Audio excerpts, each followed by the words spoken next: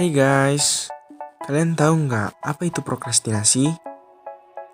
Kalian pernah nggak melakukan hal itu? Mungkin kalian pernah melakukan hal itu. Apa itu prokrastinasi? Nah, prokrastinasi berasal dari bahasa Latin yaitu pro, yang berarti maju ke depan, lebih menyukai, dan crastinus yang berarti besok.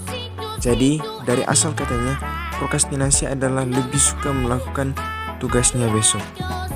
Orang yang melakukan prokrastinasi disebut sebagai prokrastinator. Prokrastinasi adalah menunda dengan sengaja kegiatan yang diinginkan, walaupun mengetahui bahwa penundaannya dapat menghasilkan dampak buruk.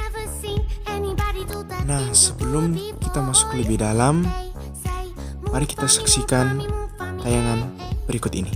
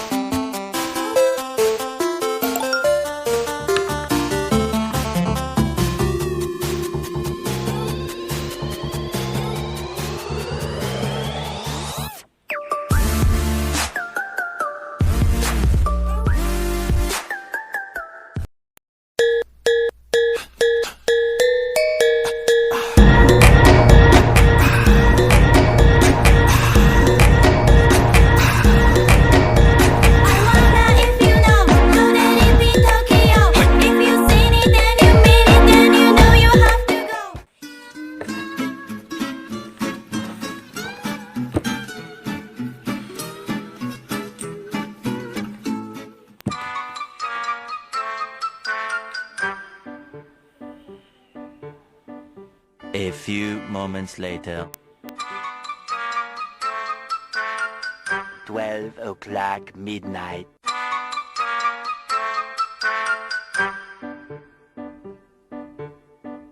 Tomorrow.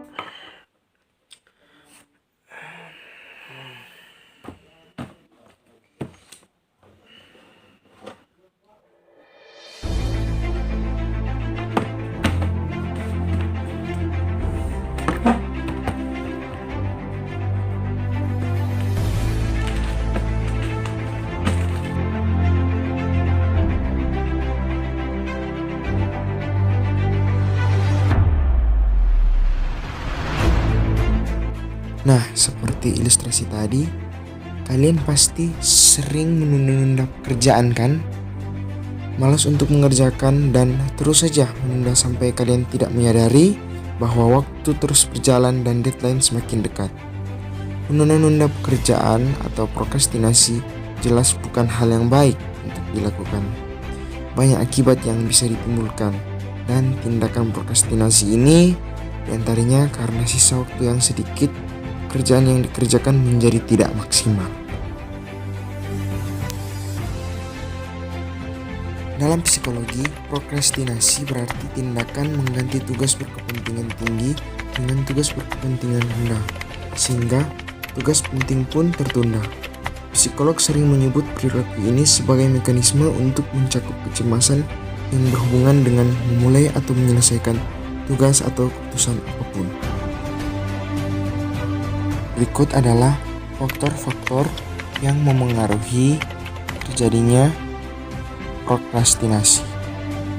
Yang pertama, rendahnya pendekatan terhadap tugas. Prokrastinasi bisa disebabkan karena kurangnya pemahaman seseorang akan tugas yang dikerjakannya, sehingga ia kesulitan dan memilih untuk menunda pekerjaan tersebut. 2. Stres dan kelelahan. Stres dan kelelahan juga akan membuat seseorang melakukan prokrastinasi.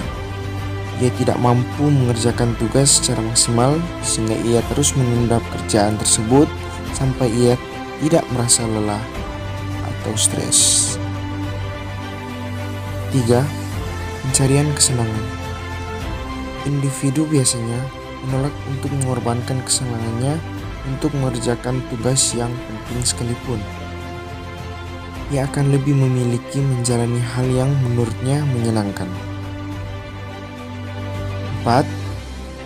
Rendahnya toleransi terhadap ketidakyakinan. Individu yang memiliki toleransi terhadap ketidaknyamanan yang rendah akan terbiasa menghindari dan menarik diri dari tugas-tugas yang menimbulkan frustasi. 5. Kurangnya asertivitas. Tidak bisa mengatakan tidak menjadi salah satu penyebab prokrastinasi. Meskipun ia sebenarnya tidak ingin melakukannya atau tidak memiliki cukup waktu, namun karena ketidakaktifannya, ia menerima pekerjaan tersebut, tapi pada akhirnya menunda pekerjaan karena tidak suka atau tidak memiliki cukup waktu.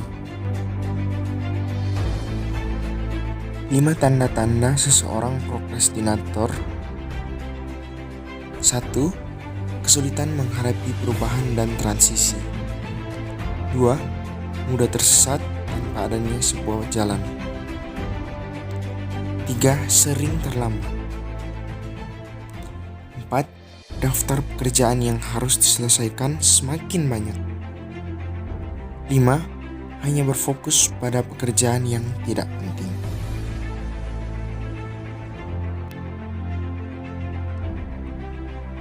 Berikut adalah dampak atau akibat dari prokrastinasi, yaitu 1. Tugas tidak terselesaikan tetapi hasilnya tidak memuaskan disebabkan karena individu terburu-buru dalam menyelesaikan tugas tersebut untuk mengejar deadline. 2. Menimbulkan kecemasan sepanjang waktu sampai terselesaikan bahkan kemunculan depresi. 3. Tingkat kesalahan yang tinggi karena individu merasa tertekan dengan batas waktu yang semakin sempit, disertai dengan peningkatan rasa cemas sehingga individu sulit berkonsentrasi secara maksimal. 4. Waktu yang terbuang lebih banyak dibandingkan dengan orang lain yang mengerjakan tugas yang sama. 5. Para siswa atau pelajar dapat merusak kinerja akademik seperti kebiasaan buruk dalam belajar, motivasi belajar yang rendah, rasa percaya diri rendah.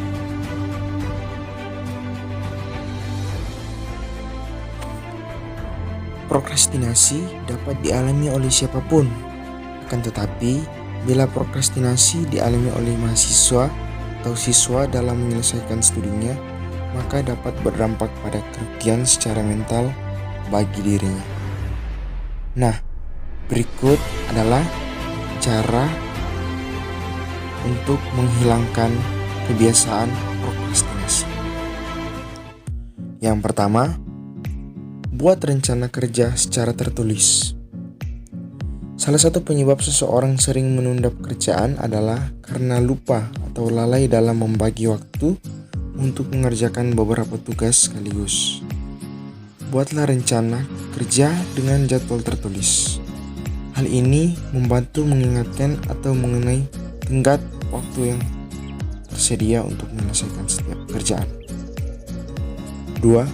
Mulailah sekarang juga. Jika Anda sering malas untuk memulai sesuatu, maka gunakan prinsip mulailah sekarang juga. 3. Tingkatkan motivasi. Menunda pekerjaan bisa jadi disebabkan karena kurangnya motivasi. Temukan motivasi Anda untuk melakukan pekerjaan secara tepat waktu, misalnya demi mengejar karir, meningkatkan pendapatan atau bonus, membuat prestasi, dan lain sebagainya. 4. Bangun kebiasaan disiplin. Dan 5. Tingkatkan rasa percaya diri. Jangan ragukan kemampuan diri Anda sendiri. Jauhkan pikiran negatif bahwa Anda tidak bisa melakukannya dengan baik. Tidak ada orang yang sempurna. Cobalah mengerjakan tugas Anda dengan sebaik-baiknya. Anda bisa memperbaikinya di lain kesempatan. Marilah teman-teman, dari sekarang kita rubah kebiasaan kita yang sering menunda-nunda waktu dan hanya bermasa bodoh tanpa memikirkan hal yang lebih penting untuk didahulukan. Cita-cita dan masa depan kita yang raih. Di era saat ini, persaingan di luar sana erat. Namun, jika kita masih saja bermasa bodoh seperti saat ini, kapan kita bisa maju? Mari kita rubah kata nanti saja menjadi kata mulailah sekarang juga. Ada pepatah mengatakan, jangan biarkan waktumu menipumu, karena waktu tak bisa kau taklukkan. Jadi teman-teman, manfaatkanlah waktumu sebaik mungkin demi kebaikan diri kita sendiri untuk sekarang dan untuk ke depan. Agar kita bisa menjadi orang yang disiplin, agar tugas dan pekerjaan kita bisa diselesaikan dengan baik, dan tentunya itu sangat bermanfaat dan berguna untuk kita meraih cita-cita, agar supaya tercapai masa depan yang cerah dan gemilang. Saya Gabriel Semara pamit, terima kasih sudah menonton. Salam sukses.